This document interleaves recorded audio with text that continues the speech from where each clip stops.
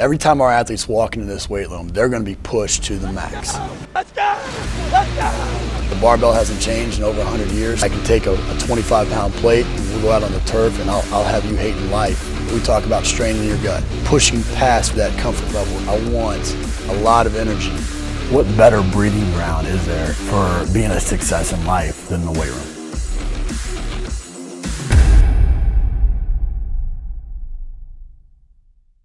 Hey guys, welcome back to Iron Game Chalk Talk. I'm your host, Ron McKeefery, and this is episode number 228. I want to thank you guys for listening each week. Really appreciate those of you that like, share, comment, and just help spread the word about the amazing coaches that we have on the show. Also want to thank our sponsors, and specifically Sorinex and Adam and myself for just, we think so highly of Sorinex and the people there and the company. If you have any experiences with Bert or the gang, you know that they're just first-class individuals in every single way. And so really appreciate them for sponsoring this episode for free for you guys. This week I'm joined by Adam Nelson. I'm sure you guys all are familiar and see his face and know who he is, but he's a 2004 gold medalist. He's also the CFO, COO of the D10, which we'll get into a little bit, but just a great friend and good quality human being, man. I appreciate you coming on the show. Oh, it's a pleasure, Ron. Thanks for having me. Adam, I've heard you speak a million times. We've talked a handful of other times, but I always just love hearing the story about kind of how you went from, this guy to an Ivy League grad and an Olympic athlete. But how did going back? How did you find the weight room, and what kind of role has the weight room had in your life?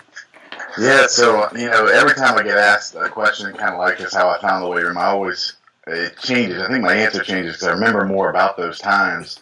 I was in 8th grade. I just moved back from Virginia to Atlanta into a new school.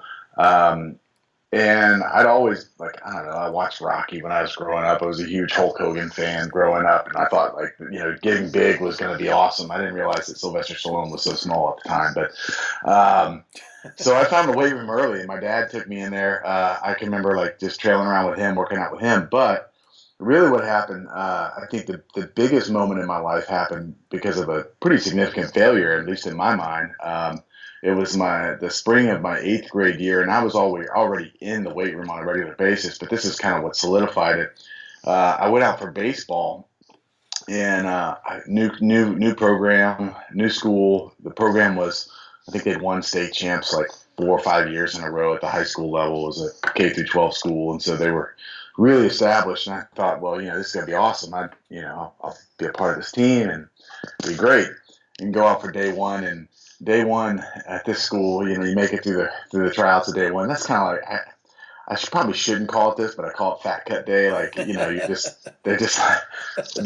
It's looks, it's you don't, whatever, you just don't have it. Right. And so it was my first day, like I said, on tryouts, and the coach calls me in afterwards, and I'm thinking, oh, well, this is going to be good. He's going to give me the attaboy speech, and he looks at me, he says, Adam, he's just not good enough. And Coach Tim Schaefer, he had a bit of a stutter, and he told me I wasn't good enough, and I would never be good enough. And I was in 8th grade at the time, and that's a pretty harsh thing to hear when you're 12 or 13 years old. And but I saw it as a blessing in disguise because football was my passion. I said, oh, this is going to be great. I'm going to train for football. It's going to be great. Go home. My dad says, I tell my dad my grand plan. I said, look, I got cut from baseball, but I'm going to spend this time wisely. I'm going to get in the weight room. Anyway, my dad looks at me and he says, well, you could, or you could get a job.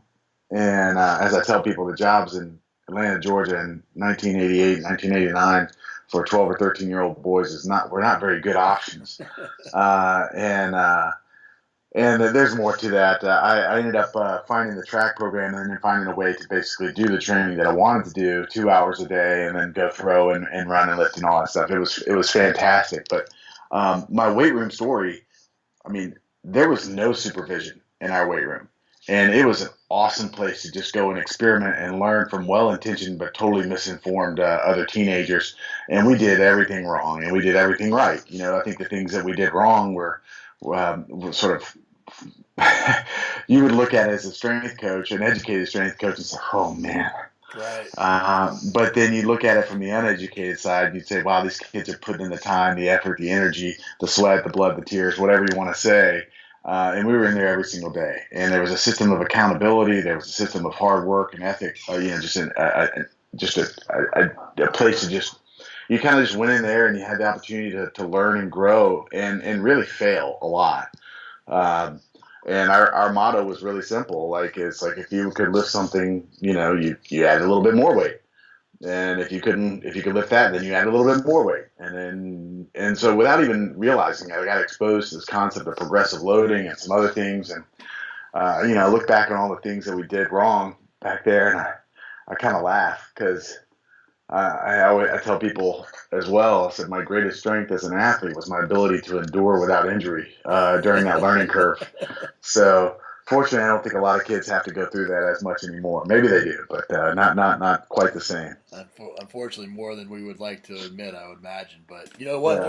I agree with you. There is a certain level of, that self discovery that you have to that you go through when you don't have that constant coaching in your ear about technique. I remember same things in high school. I was first time doing 225 and I freaking get pinned by it, and I'm sitting there and my spotter left to go talk to somebody.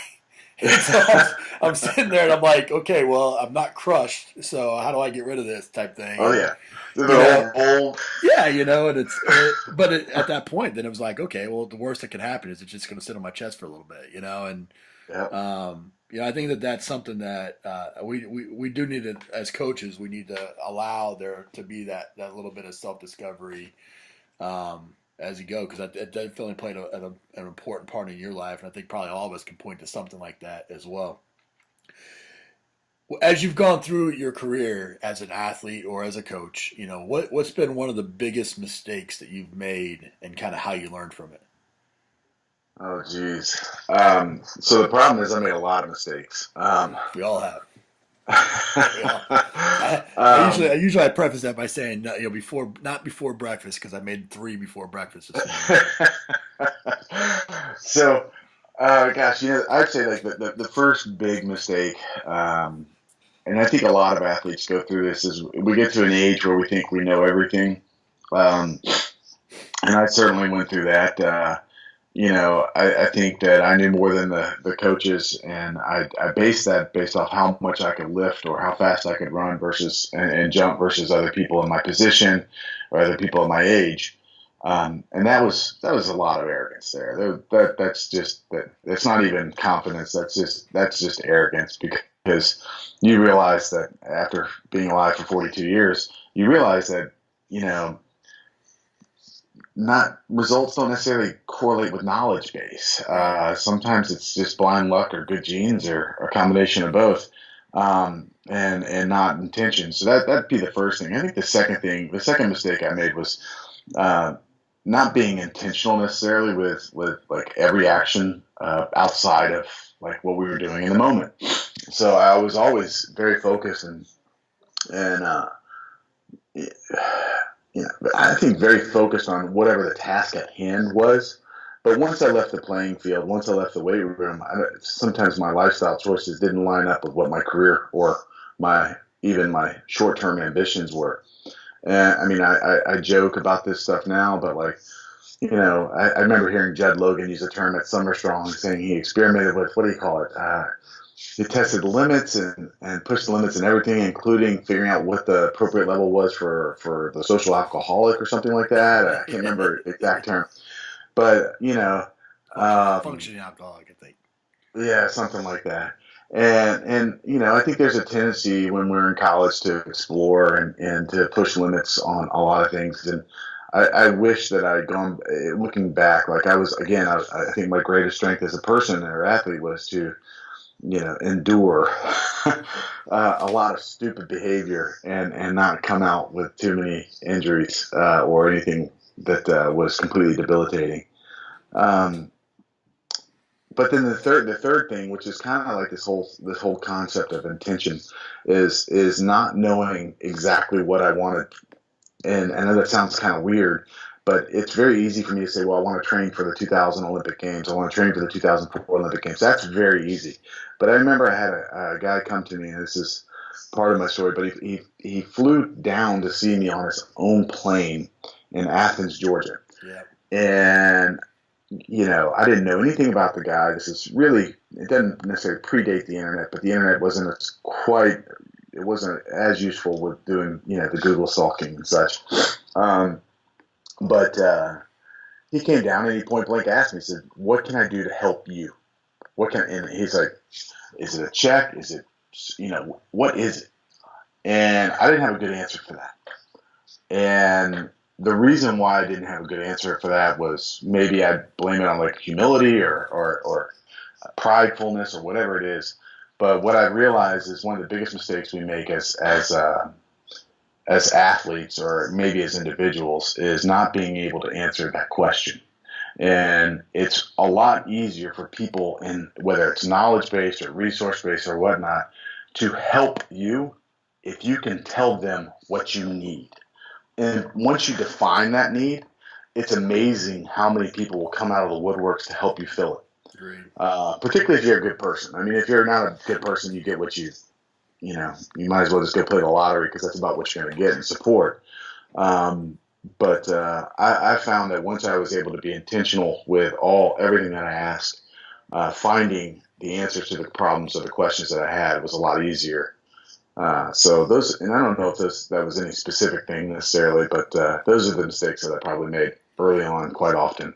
Yeah, I think you and I were talking off camera about what we've been able to blend our passions with our job, and I think you're right. I think coaches not knowing what the end in mind, keeping the end in mind and working backwards from that, and knowing what your obstacles that are in your way of achieving that is common mistake. I think we just live in the moment as coaches so much that, and athletes and coaches, we just focus on the next winter, the next summer, the next whatever, when we do have to do a better job of thinking 4, 5, 10, 10 years down the line or 20 years down the line, and work backwards. And I think, making sure that you align your passions with that is the critical element. But no, I appreciate you sharing that. You've dealt with some adversity in your career, both, as an athlete, as a person, and the whole deal. And I think all of us can relate to that in our own personal journeys. I think the story, if I'm not mistaken, you won a silver medal in the 2000 Olympics, the favorite for the 2004 Olympics, and go and ultimately end up getting silver again, and you go on to in just a great way talk about the adversity that you dealt with in that situation, but then to turn around and I think I go through the Atlanta airport probably twice a week. And every time I go to the airport, I think of your story and how you were able to ultimately get your gold medal through that. But share a little bit of that story, but more what I'd like for you to dial in on is, as coaches, we have an obligation to our athletes to challenge and put our athletes in adverse situations so they can handle adversity when the bullets are flying. But when there is that level of buy-in and commitment, and then the adversity does happen, how best can a coach be there for their athlete? Right. Well, to answer the first question, I think you kind of touched on it earlier. What's the role of a strength coach? A strength coach builds strong foundations. That's what you guys do. That's what we do. We look forward where we want to take this one player, this one team, and we look forward and we say, where do we want, what's that distance?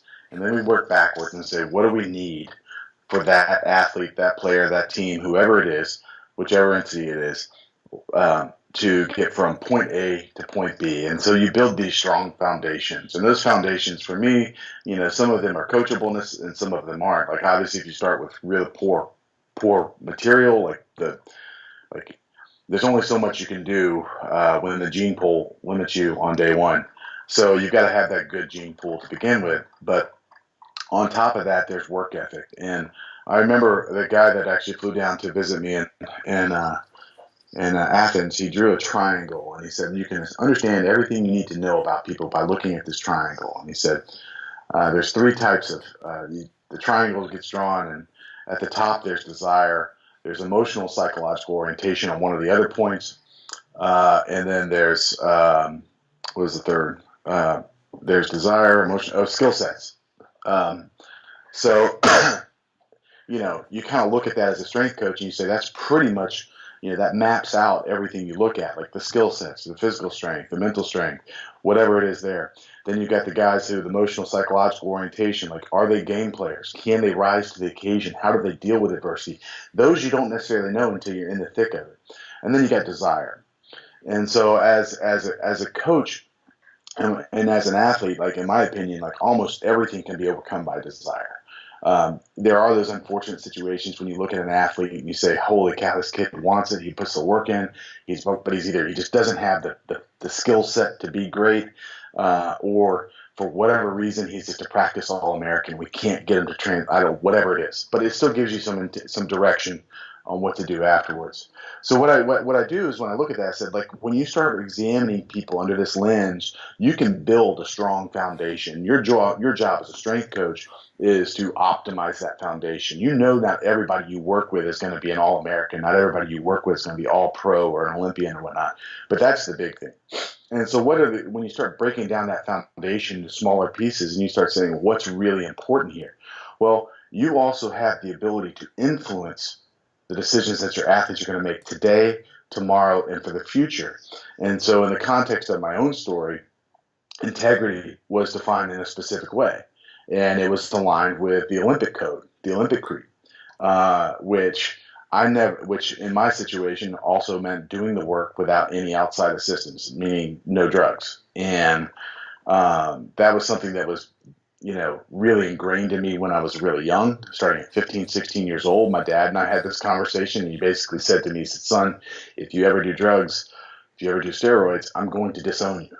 I have a lot of respect for my dad and my family, and I took him at his word because he's a man of his word.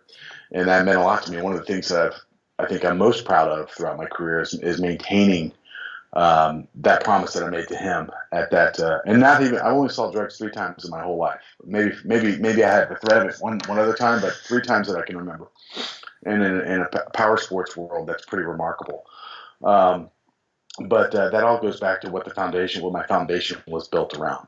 Right. I surrounded myself intentionally or unintentionally. It may have just happened. I may have been lucky there with people that shared these same values, that understood that hard work was the key to long-term success. Hard work over, a long period of time is going to create those gold medal results.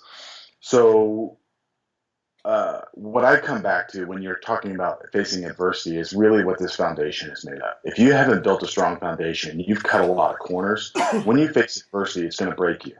And I'm not going to sit here and tell you that I handled my situation well every single day. I certainly didn't live up to the standards that I would consider Olympian, if you will, at times. I can remember after the 2004 Olympics just being completely crushed by that result, because you spend 4 years training for one moment and you're winning the whole competition and you lose on a technicality. Right. And then that in the short term, the next year, I lost my sponsor. I was angry at that. I mean, I got so angry. And what I found was, like, I went back to what got me there in the first place, which was hard work. And I had a new level of motivation. So that's one thing that you also have to start working on, is like all of those demons that you develop or incur over the course of your life. They can be positive, or they can positively influence you, or they can break you down. And that's a choice. That's a choice. And unfortunately, so many people make themselves victims of their own demons instead of are empowered by them. My demons, I internalize, and they make me stronger, period. And I may not be able to deal with them perfectly all the time, but over the balance of my life, I will figure a way to channel their potentially damaging side effects and use that to my advantage. Right. Everything you do on a daily basis as an athlete, as a coach, there's always external motivations. this guy cut me off. Well, instead of yelling at him and honking my horn, I'm going to take that energy, that anger, and I'm going to put that into my workout. Everything. And it's just a matter of how you start dealing with it. And so when I lost on the technicality in 2004, and then the subsequent fallout of that was like, losing a sponsor and all this other stuff. You and I were talking beforehand about making sure our passions line up with what we can actually, make money at. I realized that while the sponsorships and things like that make my life a little bit easier, if I went and took care of business and I was the number one in the world every single day, I was still going to make plenty enough money to survive and actually thrive, and I'd be much happier in the long run. So over the course of that year, 2005, I went from training hate, like just where hate. I mean, Matt Vincent would love this. Like the hate ran deep inside me during that year, and then eventually that turned back to passion. Not to get cheesy, but like I realized hate and anger are not sustainable emotions for me. Right. Love. I mean, I have to love and enjoy what I do, and once that transition happened, I never had a bad day again. I lost. I never had a bad day. I never had a lack of motivation. I never felt like if I lost a competition, it's because someone else beat me. It was not because I had some self-inflicted wound or let something else get in my way. Right. 8 years after the 2004 Olympics, I get a phone call saying, "Hey, you were not the silver medalist. You were in fact the gold medalist." And what do I have to thank for that? Well, foundations, strong foundations. Foundations based on a universal set of integrity, which is, I think the Olympic motto. I mean, I'm not a big believer in the use of steroids and performance enhancing drugs in any sport. I think that's not pushing your own physical capabilities or your own physical limitations. That's testing what a doctor can do for you. Right. My morality is based on the Olympic code, which is to train clean. And there's more to it than that. I think there's a lot of emphasis on keeping a level playing field, but integrity in sports is something that I hold very dearly, and that's a major tenet of it. So anyway, strong foundations. Yeah, no, that's awesome. And, so much to pull out of there, but I think the biggest takeaway for me, I think most strength coaches, when you ask them what do they really do, they'll say that they're a psychologist for their athletes as much as anything else. And what that really is helping them understand their emotions and how to use their emotion, in ways that are going to benefit them, but also identifying what their strengths and their weaknesses are, and understanding that there's value in our weaknesses and there's values in our strengths, and there's detriments in both as well, and I just had this conversation with my daughter the other day, how she's very empathetic and how she sees that as a weakness, but I was telling her how powerful that can be in certain situations. Right. And I think it's so important, same thing with our athletes, but that foundation can come crumbling down if we don't live our lives as coaches as a model to demonstrate how, we can make mistakes. Being human is the ability to make mistakes, but owning those mistakes is also a critical piece with your athletes, and relationships and foundations can break down really quick if you fly off the handle, but then you don't turn around and address it, in some way, shape, or form.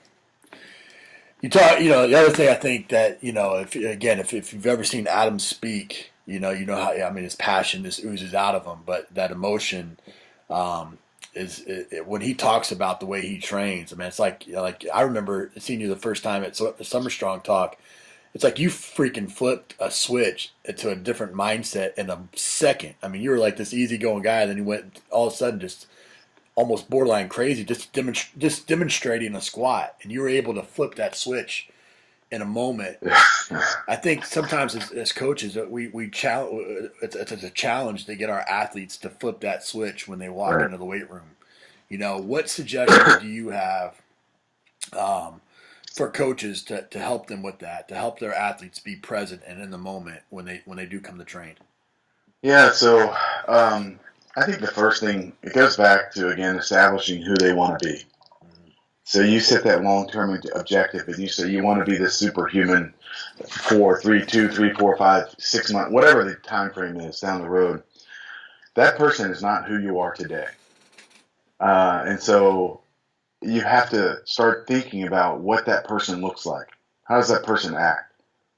What does that person believe? what happens when that person walks in the room? What does he look like? What does he smell like? What does he smell? What does he taste? All these different, and it sounds kind of weird, but this is what I used to do. And I used to do this on my own, but just by probably not with a formalized process. Um, but I would model it after somebody. I joke. I watch too much WWF or WWE now, but when I was a kid, but I used to love seeing those guys, whether it was Hulk Hogan or Ric Flair or whoever it was, come into the ring and just own it, you know. And so, when I was little, or younger, I should say little, like 12, 13, 14 years old, like that was like that visual sort of sign of like, oh, that was what I associate with super intense, and over time I developed a little bit of a visualization process to get there, and then I had the opportunity to work with a sports hypnotherapist who passed away a few years ago, who helped even formalize the process even more. But at the root of it is, if you don't know what you want to be, you can say, hey, I want to bench 500 pounds. I want to clean 450. I want to squat 700 pounds. Whatever those numbers are, that's great. But what's the point in doing that? Is it just to win a championship? What does it mean for you individually? You got to think more localized, like how you fit in that team. Like, it's great to visualize the team winning a national championship or whatever it is, but at the individual level, you got to get more granular, and you got to be able to look at these athletes, and they've got to look at themselves and say, okay, who is that guy? What is that guy? How do I need to change to become that guy? And you get them to think about that so clearly that as they see it in their head, they can see everything about that person until eventually they can become that person. And I learned, I guess, very early on how to sort of make that transition happen real quick. And it was very intuitive for me. I didn't have to work. I didn't have to work very hard at that. But part of it is that ability to be very honest with yourself and not give a shit. Pardon my language. Sorry. No, it's good. You're good. You're good. but not give a shit about what's going on around you. Like, a lot of people hold back because they're afraid they're going to look stupid. You know what looks stupid? It looks stupid when an eighth grader walks into a weight room for the very first time and does a bench press, or does a squat, or does a clean. But you know what looks more stupid? When a guy who sits there and talks about it, talks about it, and talks about it, and says he's going to do all these great things and never takes that first act. So I think it starts from it goes back to that process. It goes back to making sure they're anchoring themselves on who they want to become, and making sure that the actions are adding up to whatever that future image of themselves is. And I was just very good at not being afraid to feel like, hey, look, this may look stupid, but I'm going to try it. I mean, even going back to like high school in the eighth grade, I used to, it sounds like quoted Hulk Hogan. I've said it several times now, but I used to wear a Hulk Hogan t-shirt. And it was my good luck t-shirt, and people would be like, well, why is that? Because when I get in there, I'm going to be crazy. This is how I'm going to be. I'm going to be this way, right? And, I think once you start breaking down those barriers, you realize that there are so many self-imposed restrictions on what you're physically capable of doing. Like, for example, why is it that a 150-pound mother can go pick a damn tractor off her baby? Yep. Because she's totally focused on the moment, and she doesn't give a crap about what else is going on. She's going to save that baby no matter what happens. Right. And if you can channel into that sort of focus and that sort of intensity and that sort of rage, and controlled rage, really, on a moment's notice, you'd be surprised at what you can accomplish. And it takes a little time to control it, direct it the right way, and not make it an impedance to performance at the higher levels. But that's kind of where I'd start. Is sit down, you ask the questions, what is it that you want? Who do you want to become? What's the person, when you think about what the superhuman version of yourself looks like, what does that look like? Can you see that person? If you can't see that person in your head, you can't become that person. Yeah, I like that a lot. I think obviously most coaches will sit down with their athletes and they'll ask that why question or whatever, but being able to put a visual with it, I think is a critical piece. And then taking the time, prior to put yourself in that moment.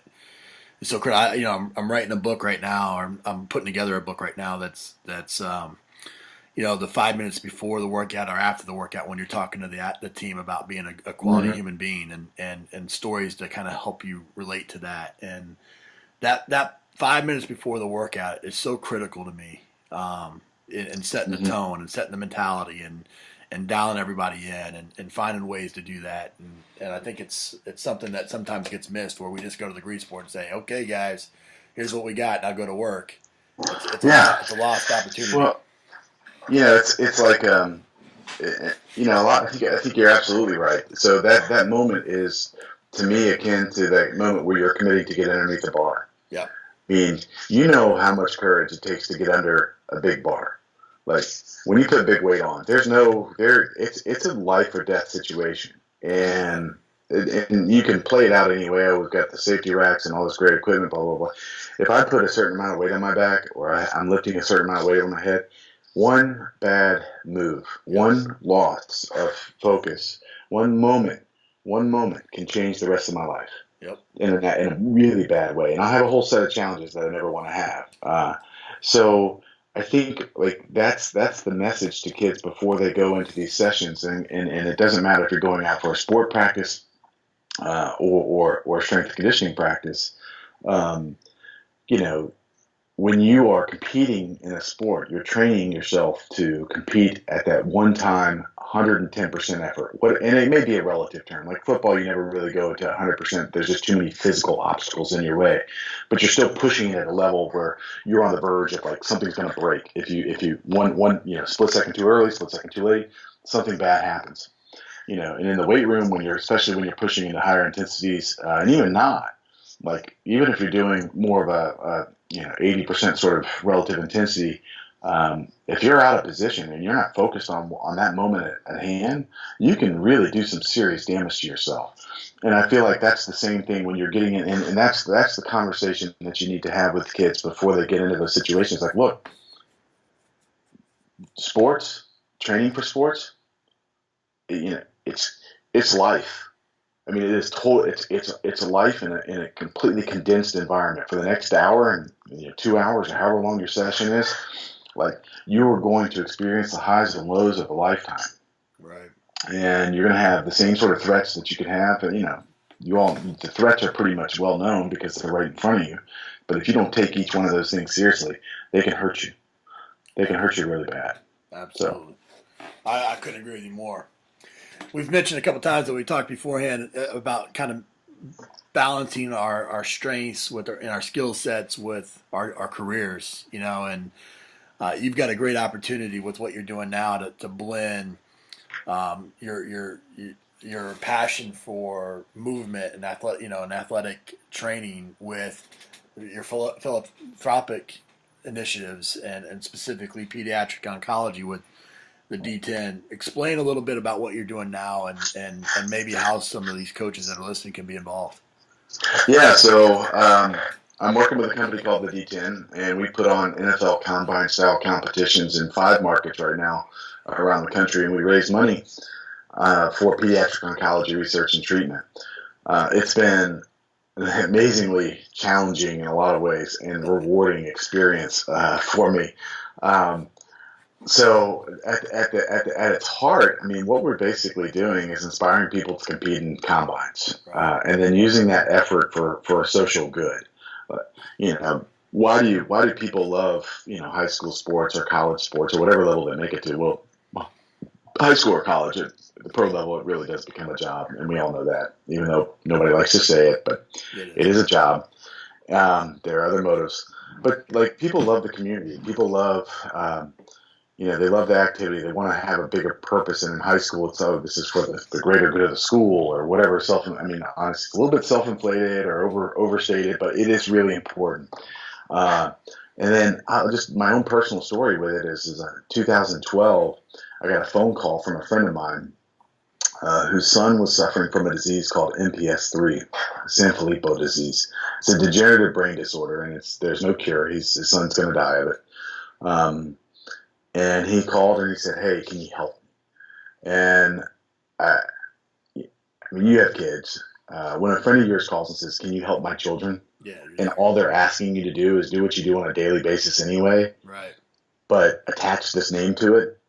I mean, it's like, to say no, like that's just not human. And so he asked me to raise money using this platform called Charity Bets, which is actually the company that my business partner, the founder of this company, started ahead of time. That's how I got to know the owner of this company, and and we ended up raising about $8,000 for his son and for the treatment of is actually all kids with MPS3. It's a very rare disease. And I had about another $12,000 on the line if I'd actually made the 2012 team. And I had a pretty severe groin pull and really was in no shape to compete. But I went out there and did what I could. And I remember walking off the field and just feeling so horrible that I let my friend down. I didn't care that I lost. I cared that I lost, $20,000 Right. for, and you know, I called him and he's like, Adam, he's like, you have no idea what you've done.